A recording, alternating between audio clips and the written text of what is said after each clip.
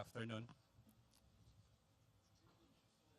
My name is Ramon Santiago, and I'm supposed to report on the output of workshop 2. And with me, facilitating the activity are Dr. Benson and Dr. Lee. The participants came from local government units, academe, and non-government organization, as well as national government agencies. Our topic would be would pertain to the understanding of risks.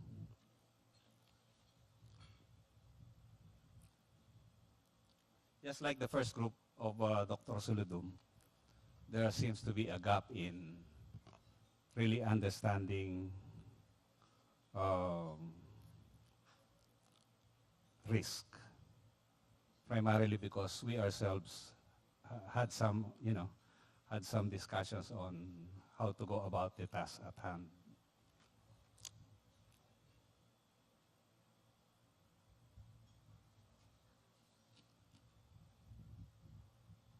While waiting for the slides to come out, basically my personal perception about the problem would be somehow the reason why the target audience for the risk seem to fail to understand it is because of failure to communicate this risk by those responsible for cascading down the information to those people at risk or communities at risk. We just have one slide to show, and we have managed to identify three gaps and have enumerated a few action and what we feel would be the desired outcome. We attempted to list down the agencies corresponding to those actions,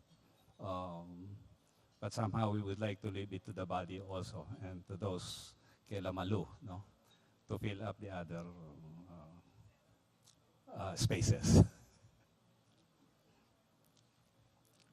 Wala pa.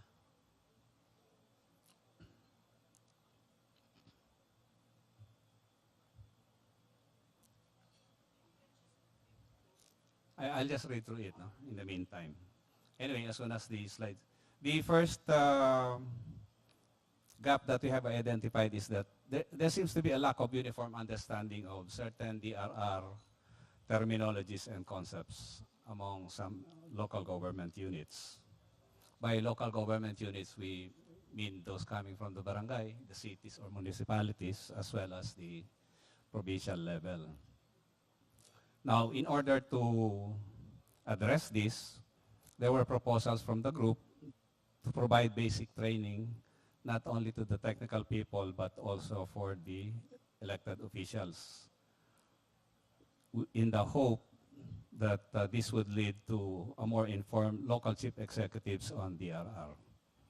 The proposed decision makers or partners would be DILG, being the vice chair for disaster preparedness. We indicated here a 2-month period, but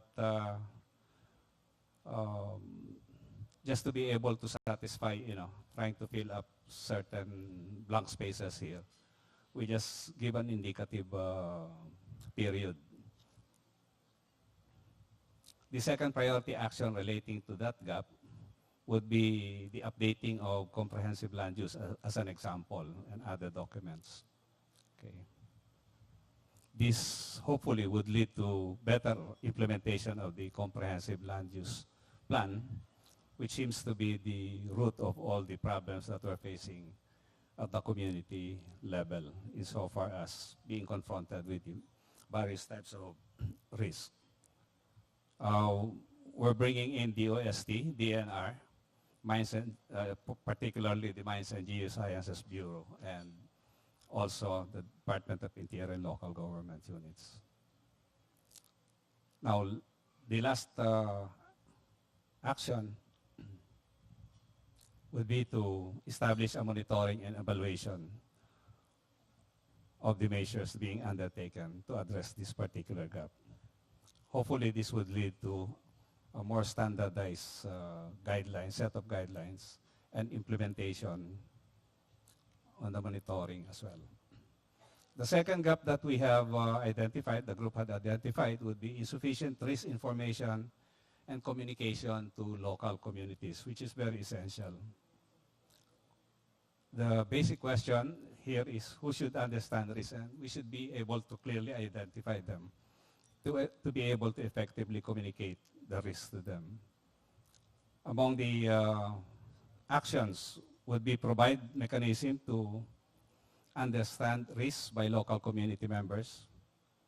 Number two, localize the terminologies being used in this, and most likely, or as an example, would be to use the vernaculars. So coming up with different set of materials. So we hope that through this effort, we'll be able to come up with a more laymanized information, creative education, and communication IEC materials. The third action plan will be provide visualization for easy communication. This becomes the understanding of certain risks more palatable for the community. Then this hopefully can lead to identified strategies and processes for easy dissemination of research. Lastly, the gap that we have lined up here would be lack of appropriate strategy to disseminate information. Oftentimes what happens is that we have tendencies to embark on certain communication campaign without a clear analysis of the target audience. And therefore, we'd like to go back to square one, or propose that we go back to square one and really, design our strategy on how we communicate risk. We need technical people to be able to do this. And hopefully this will lead to better understanding, again, of the public. And hopefully this could translate into certain actions. Even the indigenous communities would somehow be able to understand it in the language that they understand clearly in terms of disaster risk and reduction. So thank you very much.